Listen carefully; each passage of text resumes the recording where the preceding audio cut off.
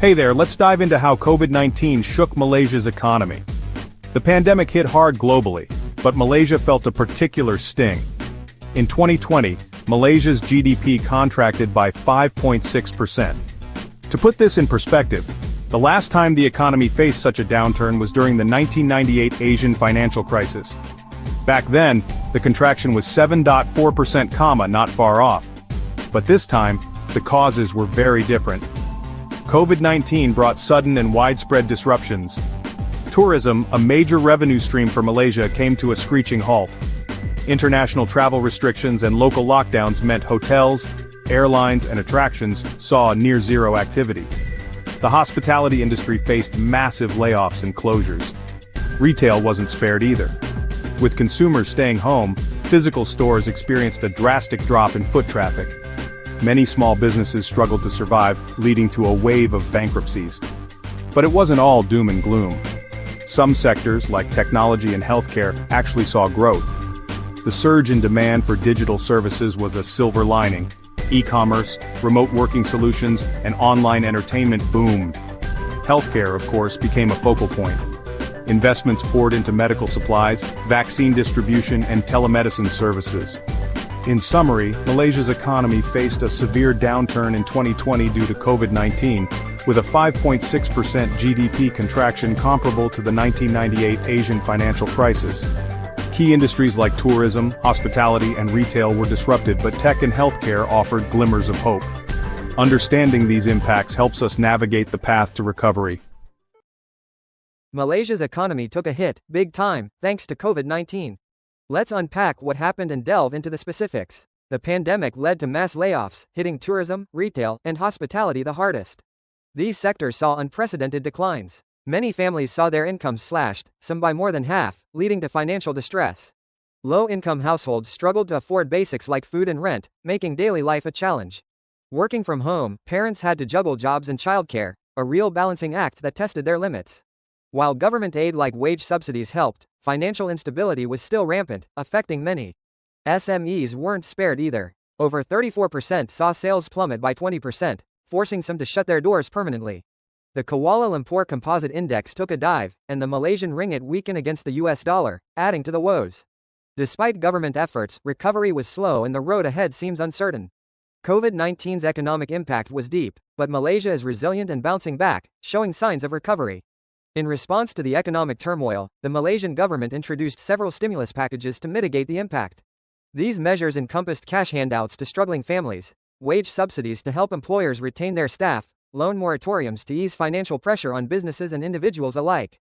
Despite these efforts, many businesses continued to face insurmountable challenges. The tourism sector, a significant pillar of Malaysia's economy, experienced a drastic decline in international visitors, leading to shuttered hotels and empty attractions. Similarly, the manufacturing sector grappled with disruptions in the supply chain, causing production delays and financial losses.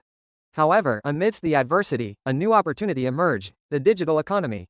As physical interactions became limited, more businesses and consumers transitioned online. E-commerce platforms, digital payments, and online services saw unprecedented growth. The government capitalized on this momentum by accelerating digital transformation initiatives to support economic recovery. As vaccination rates increased, the government gradually lifted restrictions, allowing businesses to reopen and society to regain a sense of normalcy. The road to recovery remains long and challenging, but Malaysia's resilience and adaptability shine through as beacons of hope. Malaysia's journey through the pandemic is a testament to its strength and determination. While the scars of COVID-19 are evident, the nation is poised to emerge stronger, more innovative, and ready to face future challenges head-on. In my part of the presentation, I'll be talking about how the Malaysian government responded to the economic impact of COVID-19. When the pandemic first hit, one of the immediate steps taken was the introduction of the Movement Control Orders, or MCOs. These were strict restrictions aimed at slowing the spread of the virus. Businesses had to close, schools shifted online, and most people had to stay home. While this was necessary for public health, it had a big impact on the economy, especially for small businesses and people who rely on daily income. To help ease the pressure, the government introduced several financial aid programs. One major one was the wage subsidy program, which helped companies pay their workers even if business was slow or completely stopped. This was crucial in preventing mass layoffs.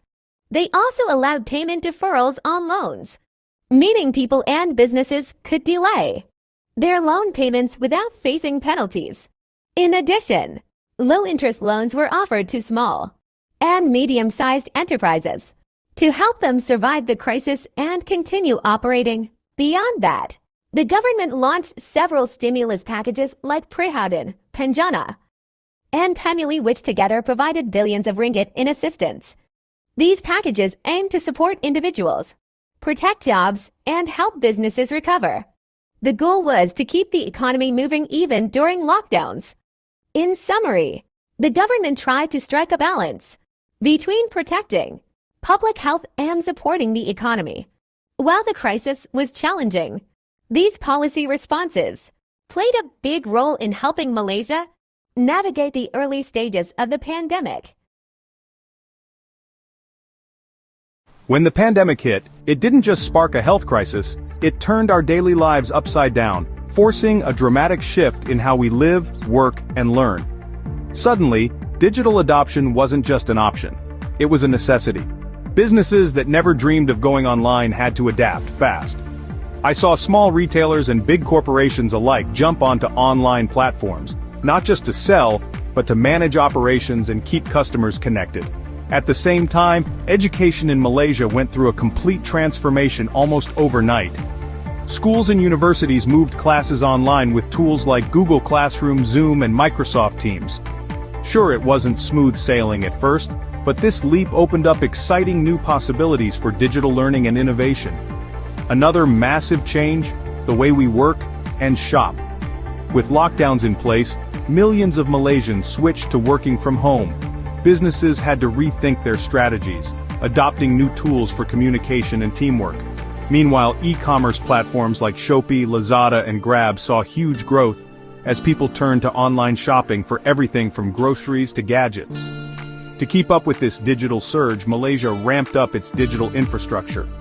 Projects like Jendela, the National Digital Network Plan, started to extend broadband coverage, especially to rural and underserved communities. This was crucial for making sure everyone could access the digital world and stay connected. The government also looked beyond quick fixes. With the My Digital Blueprint, Malaysia set out a clear strategy to build a future-ready, digitally driven nation, boosting digital skills, supporting tech startups, and encouraging innovation in areas like AI and cloud computing. So yes, while COVID-19 brought plenty of challenges, it also pushed Malaysia to leap forward in digital adoption. With better infrastructure, smarter policies, and a focus on future skills, Malaysia is now more connected, more resilient, and better prepared for whatever comes next. Last but not least, I'm diving into how Malaysia bounced back from the COVID-19 crisis and what lessons we can all learn from their experience. First up, Malaysia's diversified economy and strong financial systems were game changers. Their six-stage strategy from resolve to reform helped navigate the storm. Key support packages like Pemili pumped billions into the economy, benefiting millions of people and businesses. But the crisis also highlighted existing issues like slow income growth and insufficient job creation. So, what made their policies effective? Targeted financial support was crucial. Malaysia used data-driven decision-making to allocate resources precisely where needed, like RM20 million for the disabled and homeless and RM2 billion for small businesses. Tax measures and vaccination programs for the workforce also played a pivotal role. Strengthening social safety nets was another major focus. The wage subsidy program kept employees on payroll, and initiatives like Penjana Kerjaya encouraged local hiring. However, many migrant workers were left out, relying on trade unions for basic needs. Looking to the future, Malaysia aims to restore fiscal buffers, boost digital transformation, and upskill the workforce. They plan to attract higher quality investments and establish permanent support mechanisms for SMEs. Protecting migrant workers and adopting inclusive policies will be key to a more resilient recovery. In summary, Malaysia's recovery from COVID-19 offers valuable lessons in economic resilience, effective policy making, and social support. It's a roadmap for any country aiming to build back better after a crisis. Thanks for watching, and don't forget to subscribe for more insights.